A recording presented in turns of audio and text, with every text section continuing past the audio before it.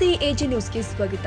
ತಿಪಟೂರು ತಾಲೂಕಿನ ಪ್ರವಾಸಿ ಮಂದಿರದಲ್ಲಿ ಪತ್ರಿಕಾಗೋಷ್ಠಿ ಉದ್ದೇಶಿಸಿ ಭೀಮಸೇನೆ ಅಧ್ಯಕ್ಷ ಮಂಜುನಾಥ್ ಹಾಗೂ ಕರ್ನಾಟಕ ದಲಿತ ಸಂಘರ್ಷ ಸಮಿತಿ ತಾಲೂಕು ಅಧ್ಯಕ್ಷ ಟಿ ರಾಜು ಮಾತನಾಡಿ, ಹೊನ್ನವಳ್ಳಿ ಹೋಬಳಿ ಬಿ ಗೌಡನಕಟ್ಟೆ ಹಾಗೂ ಮರಿಸಿದ್ದಯ್ಯನಪಾಳ್ಯ ಗ್ರಾಮದ ನಿವಾಸಿಗಳು ಆದ ದೊಡ್ಡ ಎಸ್ಎನ್ ಆಫ್ ಲಕ್ಷ್ಮಯ್ಯ ಎಂಬುವವರು ಸುಮಾರು 50 ವರ್ಷಗಳಿಂದ 1.20 ಭೂಮಿಯನ್ನ ಉಳುಮೆ ಮಾಡಿಕೊಂಡು ಬರ್ತಿದ್ದಾರೆ. ಆದರೆ ಸರ್ಕಾರ ನಿವೇಶನಗಳಿಗಾಗಿ ಹಾಗೂ ಸ್ಮಶಾನಕ್ಕೆ ಜೀವನೋಪಾಯಕ್ಕಾಗಿ ಇರುವ ಒಂದು ಜಮೀನುಗಳಿಂದ ನಮ್ಮನ್ನ ಕಿತ್ತೊಗೆಯುವ ಪ್ರಯತ್ನ ಮಾಡ್ತಿದ್ದಾರೆ.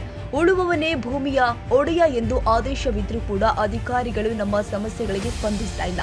ತಹಶೀಲ್ದಾರ್ ಅವರ ಕಚೇರಿಗೆ ಅಲಿದು ನನ್ನ ಚಪ್ಪಲಿ ಕಿತ್ತು ಹೋಗಿದೆ ಹೊರತು ನಮ್ಮ ಸಮಸ್ಯೆಗಳಿಗೆ ಅಧಿಕಾರಿಗಳು ಸ್ಪಂದಿಸ್ತಾ ಇಲ್ಲ.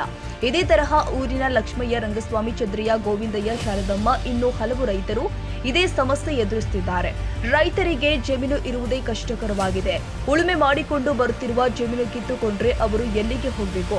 ಬೇರೆ ಜಮೀನುಗಳು ಇಲ್ಲದ ಕಾರಣ ಸರ್ಕಾರ ಕೂಡಲೇ ಇದರ ಬಗ್ಗೆ ಗಮನ ಹರಿಸಿ ಶೀಘ್ರದಲ್ಲಿ ಇವರಿಗೆ ಮಂಜೂರು ಮಾಡಿಕೊಡಬೇಕು ಎಂದು ಸರ್ಕಾರಕ್ಕೆ ಮನವಿ ಮಾಡಿ, ಅನ್ಯಾಯವಾಗುತ್ತಿರುವ ದಲಿತರಿಗೆ ನ್ಯಾಯ ಸಿಗಬೇಕು. ಒಂದು ವೇಳೆ ನ್ಯಾಯ ಸಿಗದೆ ಹೋದರೆ ಮುಂದಿನ ದಿನಮಾನದಲ್ಲಿ ದಲಿತ ಪರ ಸಂಘಟನೆಗಳು ಒಗ್ಗೂಡಿ ಜಮೀನು ಕಳೆದುಕೊಂಡವರ ಪರವಾಗಿ ಮೇಡಿ ವಿಧಾನಸೌಧದ ತಾಲೂಕು ಕಚೇರಿ ಮುಂಭಾಗ ಉಪವಾಸ ಸತ್ಯಾಗ್ರಹ ಮಾಡ್ತೀವಿ ಅಂತ ಸರ್ಕಾರಕ್ಕೆ ಎಚ್ಚರಿಕೆ ರವಾನಿಸಿದ್ದಾರೆ. ಟೌನಲ್ಲಿ ಐದು ಸರ್ಕಾರ ಸೇರಿದಂಥ ಉದ್ದೇಶ ಏನಪ್ಪ ಅಂದರೆ, ನಮ್ಮ ದಲಿತರ ಮೇಲೆ ನಡೆಯುವಂಥ ದೌರ್ಜನ್ಯ ಹಾಗೂ ಖಂಡನೆಯ ಒಂದು ಪ್ರೆಸ್ ಮೀಟ್ ಅಂತ ಇಟ್ಕೊಂಡಿದ್ದೀವಿ. ಸರ್ವೆ ನಂಬರ್ 52ರಲ್ಲಿ ಆಗಿರುವಂಥ ಒಂದು ಘಟನೆ ಇವತ್ತು ಬಿ ಗೌಡನಕಟ್ಟೆ ಏನಾಗಿದೆ ಅಂದರೆ, 50 ವರ್ಷದಿಂದ ಜಮೀನನ್ನ ಉಳ್ಕೊಂಡ್ಬಂದಿದ್ದಾರೆ. 50 ವರ್ಷಗಳ ಕಾಲದಿಂದ ಅವರು ಕಾಪಾಡ್ಕೊಂಡಿರುವಂಥ ಜಮೀನನ್ನ ಇವತ್ತಿನ ಏನಾಗಿದೆ ಅಂದರೆ, ಸೈಟ್ ಮಾಡಬೇಕು ಅಂತ ತಹಸೀಲ್ದಾರವಾಗಿ ಆದಾಯಗಳಾಗಿ ಬಂದು ನಮ್ಮ ದಲಿತರ ಮೇಲೆ ದೌರ್ಜನ್ಯ ಮಾಡ್ತಾ ಇದ್ದಾರೆ. ಇದು ಖಂಡಿಸಿ ನಾವು ಇವತ್ತು ಈ ಪ್ರೆಸ್ ಮೀಟ್ ನಾವು ಹಮ್ಮಿಕೊಂಡಿದ್ದೀವಿ. ಮತ್ತಿನ್ನೊಂದು ಏನಪ್ಪ ಅಂದರೆ, ನಮ್ಮ ಪಾಣಿಗಳಲ್ಲಿ ಪ್ರತಿಯೊಂದು ನಮ್ಮ ತಾಲೂಕು ಪಾಣಿಗಳು ಏನಾಗಿದೆ ಅಂದರೆ, ಎಲ್ಲರಿಗೂ ಒಂದು ಪಾಣಿಗೆ 5 ಜನ 6 ಜನ ಒಗ್ಗೂಡಿಸ್ತಾ ಇದ್ದಾರೆ. ಆಮೇಲೆ ಫೋನ್ ಮಾಡ್ಕೊಡ್ತೀನಿ ಅಂತ ಹೇಳಿದರು. ನಮ್ಮ ತಿಪಟೂರು ತಾಲೂಕಲ್ಲಿ ಫೋನ್ ಮಾಡ್ತೀವಿ ನಮ್ಮೇನಾಗುತ್ತೆ ಅಂದರೆ, ಅಕ್ಕಪಕ್ಕ ಜಮೀನಿಗೆ ನಮಗೆ ಸಮಸ್ಯೆ ಆಗ್ತಾಯಿದೆ. ಯಾಕೆಂದರೆ ನಾವು ಫೋನ್ ಆದರೆ ನಾವು ನಮ್ಮ ಜಮೀನಿಗೆ ನಾವು ತಂತಿ ಬಿಲ್ ಏನೋ ಒಂದು ಮಾಡ್ಕೊಂಡು ನಾವು ಜೋಪಾನ ಮಾಡ್ಕೊಬೋದು. ಏನಾಗುತ್ತೆ ಅಂದರೆ, ನಾವು ಫೋನ್ ಮಾಡ್ಕೊಡಿ ಅಂತ ಹೇಳಿದ್ರೆ ಇವತ್ತು ನಾಳೆ ಅಂತಾರೆ ಫೋನ್ ಮಾಡ್ತಾ ಇಲ್ಲ. ಹಂಗಾಗಿ ನಮಗೆ ತುಂಬ ಅನುಕೂಲಗಳಾಗ್ತಾ ಇದೆ. ಮತ್ತು ನಮ್ಮ ದಲಿತರ ಜಮೀನುಗಳನ್ನ ಕಿತ್ಕೊತಾ ಇದ್ದಾರೆ ದೌರ್ಜನ್ಯವಾಗಿ. ಏನಂತ ಅಲ್ಲೇ ಇಲ್ಲ ಯಾವುದೂ ನಮ್ಮದು ಜಮೀನಿಲ್ಲ. ಇರೋದು 1 ಎಕರೆ 20 ಗುಂಟೆ ಜಮೀನಿಗೆ ಇವತ್ತು ಮುತ್ಕೊಳ್ಳೋ ಹಾಕಿ ಬಂದಿದ್ದಾರೆ.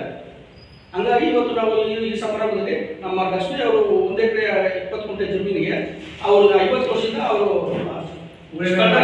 ಇದ್ದಾರೆ.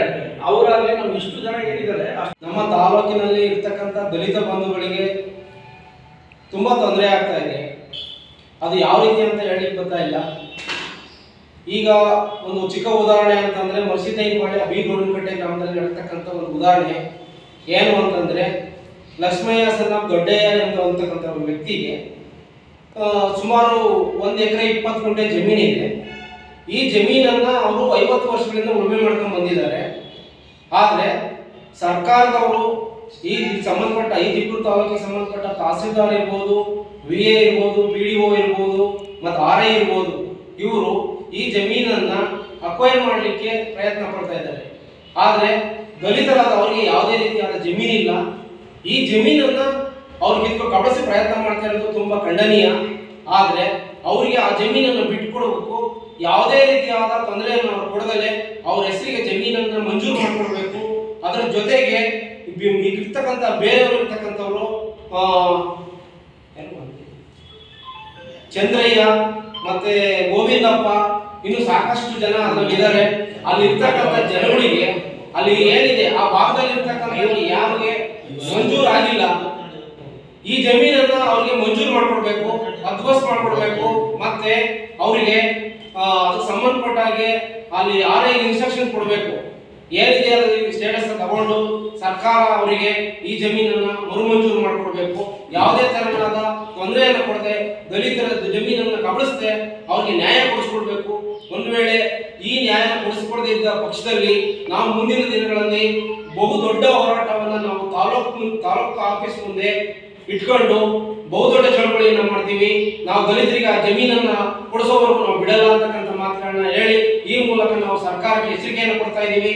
ಹಾಗಾಗಿ ಈ ನಮ್ಮ ಮಾಧ್ಯಮ ಮಿತ್ರರು ಈ ಮೂಲಕ ಅವರಿಗೆ ಎಚ್ಚರಿಕೆ ಕೊಡಬೇಕು ಅಂತ ಹೇಳಿ ನಾವು ಕೇಳ್ಕೊಳ್ತಾ ನನ್ನ 2 ಮಾತು ಮುಗಿಸ್ತಾ ಇದ್ದೀವಿ.